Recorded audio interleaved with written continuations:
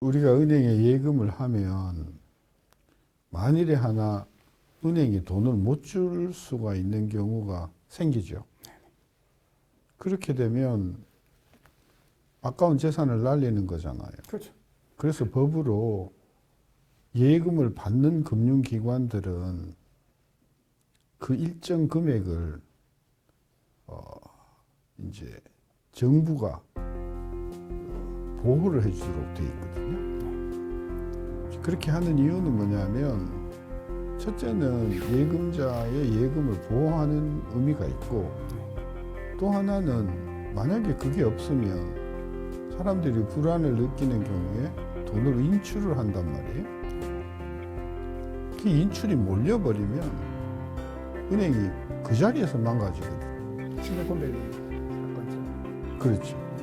그래서 두 가지 목적이 하나는 예금자를 보호하는 것이고 또 하나는 은행을 보호함으로 해서 금융 시스템을 안전하게 가져가자 하는 게 그게 예금자 보호법의 기본 목적이죠.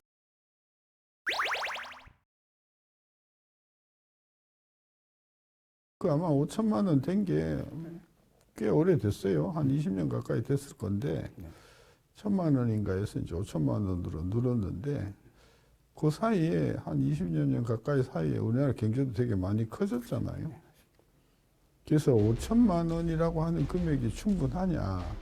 그건 정말 따져볼 일이고 한 가지 확실한 것은 거의 지금 한 20년 동안 거의 안 움직였다. 그게 안 바뀌었다.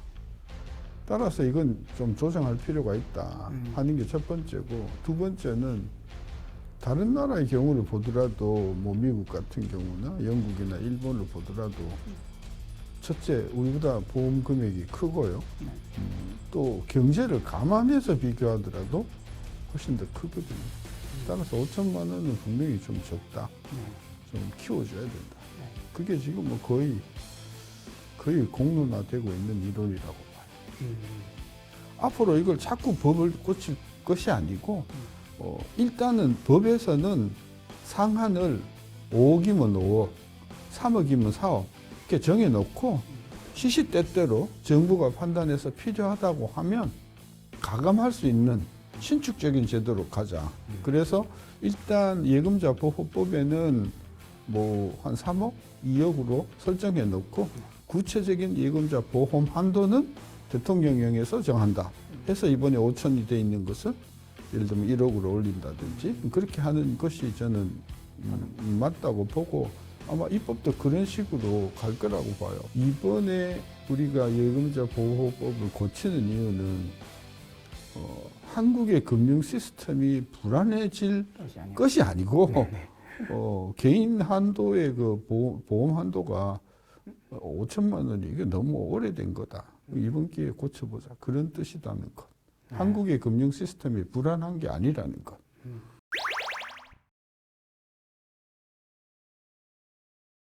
미국이 225만 불인 걸로 알고 있어요. 3억쯤 되고요.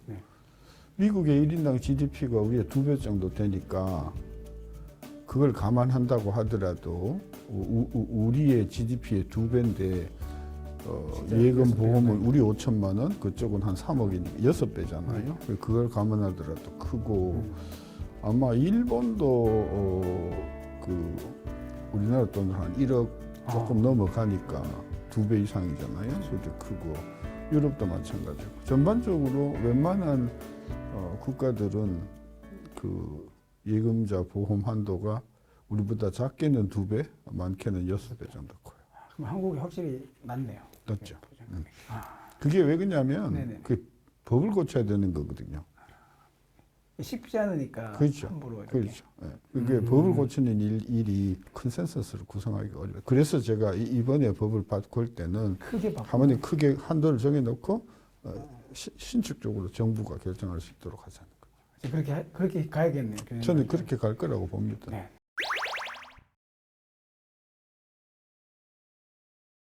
첫 번째로 생각해 볼 수 있는 게 그 보험을 들게 해주면 이제 그 각 금융기관들이 보험료를 내거든요. 이 보험료가 지금 그 저축은행이 좀 세요. 은행이 제일 낮아요. 왜? 은행이 아주 건전하게 경영을 한다고 봐서 0.8%인가 그러고, 지금 보험료율이 최고가 아마 1.4%인가 그런데 아마 매년. 저축은행이 1.4%를 내거든요. 그게 부담이 될 수가 있죠. 그래서 한도를 5천에서 예를 들면 1억으로 올리면 보험료율을 또 올려야 된다. 그럼 은행의 부담이 커진다.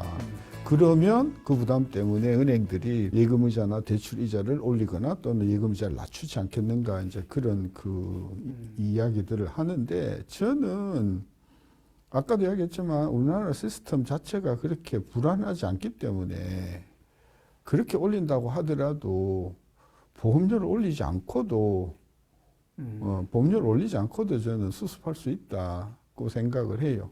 따라서 그 보험료율을 올려가지고 대출금리가 올라가거나 하는 일들은 저는 없을 거라고 생각을 하는 거죠. 그게 지금 제일 큰 우려라고 볼 수 있고, 또 하나는 이렇게 이야기하는 분들이 있더라고요. 지금 5천만 원이잖아요. 네, 그렇죠. 1억으로 올린다. 네. 그러면 금융기관이 무슨 짓을 하더라도 1억까지는 보장이 되지 않냐. 그러니까 좀 그 리스크가 굉장히 큰 사업에 금융기관이 뛰어들지 않겠는가. 왜? 보험을 근데 그 논리는 저는 어느 경우에 가능하냐면 하면 예금을 드는 사람이 그 금융기관을 실제 운영을 하면 그렇지. 그죠? 왜냐하면 내가 한도가 5천이던 게 1억까지 해줘. 그래, 그럼 나도 한번 리스크 있게 한번 가봐. 왜? 망가져도 결국은 정부가 많이 해주니까. 그런데 실제로 금융기관을 운영하는 사람들이 예금주가 아니거든요. 그렇게 저는 그래서 보험 한도를 올린다고 해서 금융기관들이 경영이 뭐 이렇게 리스크를 선호하는 쪽으로 저는 틀 건가? 저는 조금 회의하는 편이죠.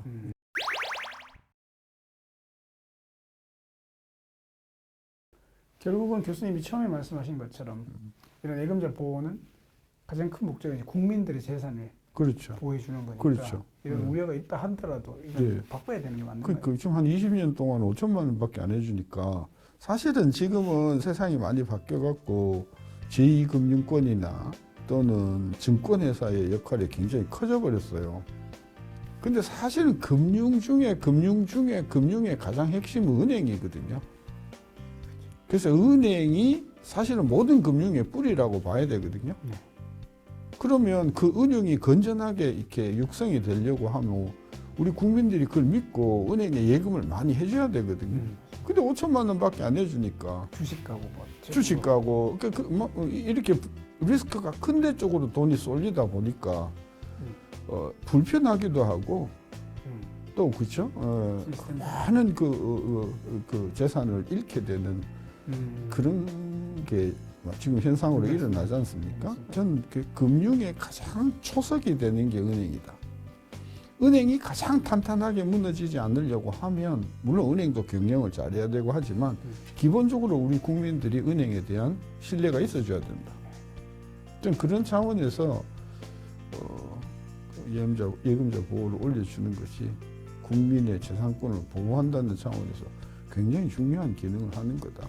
그리고 거기서 예상되는 부작용, 예금 보험료를 더 내야 된다든지 또는 뭐 운영 자체가 뭐 리스크가 커진다. 그건 전 기우다. 그 보는 거죠. 네.